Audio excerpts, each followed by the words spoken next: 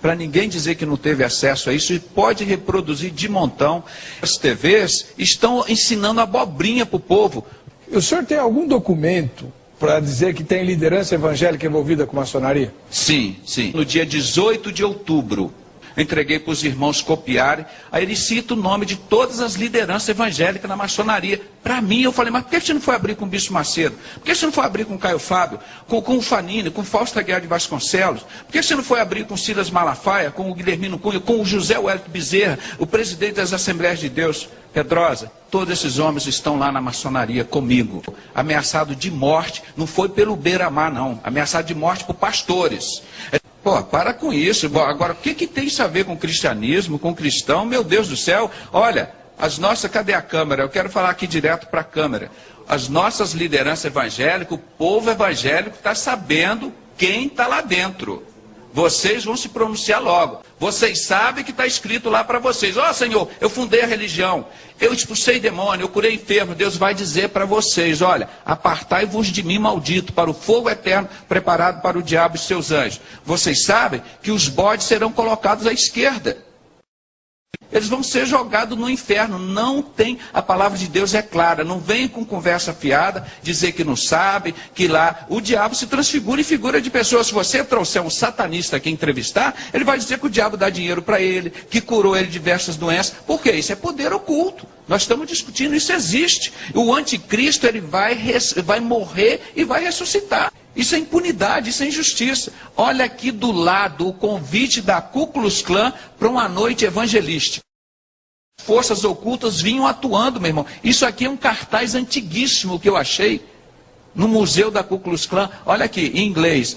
Grande encontro da Ku Klux Klan, nesta terça-feira à noite. Por que os cavaleiros da Ku Klux Klan? Pelo evangelista Homer Kelly. Entusiasta, comunidade, cantores, comunidade, dos livros evangélicos, bonitos números musicais. O Ku Klux Klan patrocinando o evangelho, meu irmão, matando os negros, fazendo tudo isso. É a mesma coisa que a maçonaria faz hoje. Faz tudo o que Hitler faz. É o mesmo sentimento do anticristo. Se você quiser saber, conhecer um pouco mais do anticristo, você estuda a vida do Hitler. Para ninguém dizer que não teve acesso a isso, e pode reproduzir de montão. As TVs estão ensinando abobrinha para o povo. O senhor tem algum documento para dizer que tem liderança evangélica envolvida com maçonaria? Sim, sim. No dia 18 de outubro de 2001, um ano depois que fui levado para o hospício como doido, o Stefan Saad, eu distribuí 3.500 livros, Maçonaria e Fé Cristã, de John Scott Horrell. E um desses livros... E um desses livros caiu na mão do pastor Saad. Ele saiu da maçonaria em 95. Em 2005 eu fiz o primeiro encontro com o pastor Paulo Pimentel. O primeiro encontro com o pastor Paulo Pimentel, de ex-maçom, no apartamento de 2 quartos lá na Tijuca, que os irmãos me conheceram. Isso que é intrepidez e ousadia. Um homem sozinho, pequeno, nós fizemos. E o Saad esteve lá, pastor. Ele saiu da maçonaria e me entregou. Ameaçado de morte, não foi pelo beira-mar, não. Ameaçado de morte por pastores. Ele me procurou, eles estão querendo me matar. Eu socorri, como já socorri vários pastores. Aí o Stefan Saad sentou no sofá assim, grava que eu vou falar agora, 42 minutos. Ele faz uma oração, está aqui, está distribuído, eu entreguei para os irmãos copiarem. Aí ele cita o nome de todas as lideranças evangélicas na maçonaria. Para mim, eu falei, mas por que você não foi abrir com o Bispo Macedo? Por que você não foi abrir com o Caio Fábio, com o Fanini, com o Fausto Aguiar de Vasconcelos? Por que você não foi abrir com o Silas Malafaia, com o Guilhermino Cunha, com o José Wellington Bezerra, o presidente das Assembleias de Deus? Pedrosa, todos esses homens estão lá na maçonaria comigo. Porque Deus mandou um homem lá na minha casa, entregou, num vídeo que eu gravei em desespero, o cara ameaçado de morte, 42 minutos, ele me deu a lista das lideranças evangélicas envolvidas com o satanismo da maçonaria. O diabo faz isso, ele te dá toda a autoridade, depois puxa o seu tapete. É um poder que não tem na Constituição brasileira, não permite essas entidades funcionarem. E muito menos na Bíblia. Se em João 18, 20, pastor Jesus disse, e respondendo-lhes Jesus disse, eu sempre ensinei nos templos e nas sinagogas, onde reúnem todos os judeus. E tudo falei abertamente. E nada disse em oculto. Como é que o cristão vai viver de ocultismo? Nós, como vemos uma criança lá quietinha num canto, você pode saber lá que ela está fazendo coisa errada. Não é? Então esse ocultismo não tem lugar no ministério, na igreja de Cristo. Forças ocultas por trás dos grandes acontecimentos históricos do Brasil. A revelação é deste médico. José Renato Pedrosa acusa a instituição de satanismo e diz que os maçons vêm manipulando a humanidade no decorrer da história. Os homens mais ricos da face da terra são os maçons. Porque Deus mandou um homem lá na minha casa, entregou, num vídeo que eu gravei em desespero, o cara ameaçado de morte, 42 minutos, ele me deu a lista das lideranças evangélicas envolvidas com o satanismo da maçonaria. Pastores maçons. Segundo o testemunho do pastor Saad, ex-maçom grau 33 e guarda dos selos por 10 anos, gravado em 18 de dezembro de 2001, afirma que estes são maçons e pastores evangélicos. Vamos aos nomes. Silas Malafaia e familiares, pastor da Assembleia de Deus da Penha, Rio de Janeiro.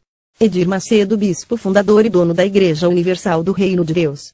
Bispo Rodrigues, político da Igreja Universal, pediu demissão por envolvimento no mensalão e etc. Miguel Ângelo, apóstolo da Igreja Cristo Vive, Rio de Janeiro.